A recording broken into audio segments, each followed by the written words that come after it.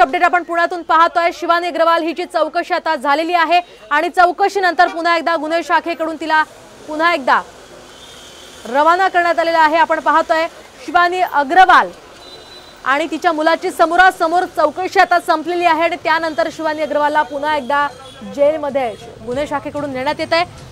आपण पाहतोय Pune drunk and drive केसमध्ये आज महत्त्वाचा दिवस खरं तर आहे। आज अल्पवयीन आरोपीची सुद्धा चौकशी झाली आणि विशेष म्हणजे त्याच्या आईसमोर त्याची चौकशी झालेली आहे आणि याच प्रकरणामध्ये आता पोलिसांना काय नवे धागेदोरे सापडलेले आहेत ते पाहणं अतिशय महत्त्वाचं असणार आहे।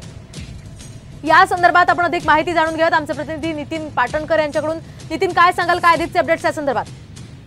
शिवानी अग्रवाल यांची ही बाल सुधार गृहातली चौकशी होती ती संपलेली आहे। शिवानी अग्रवाल आणि अल्पवयीन मुलगा यांची समोरासमोर या ठिकाणी चौकशी करण्यात आलेली होती।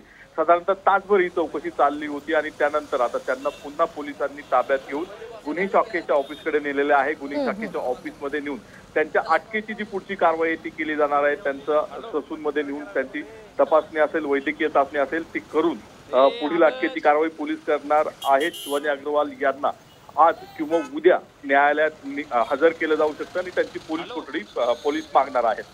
अगदी नक्कीच धन्यवाद नितीन, दिलेल्या सविस्तर माहितीसाठी। आपण पाहतोय आताची ही महत्त्वाची आणि मोठी अपडेट।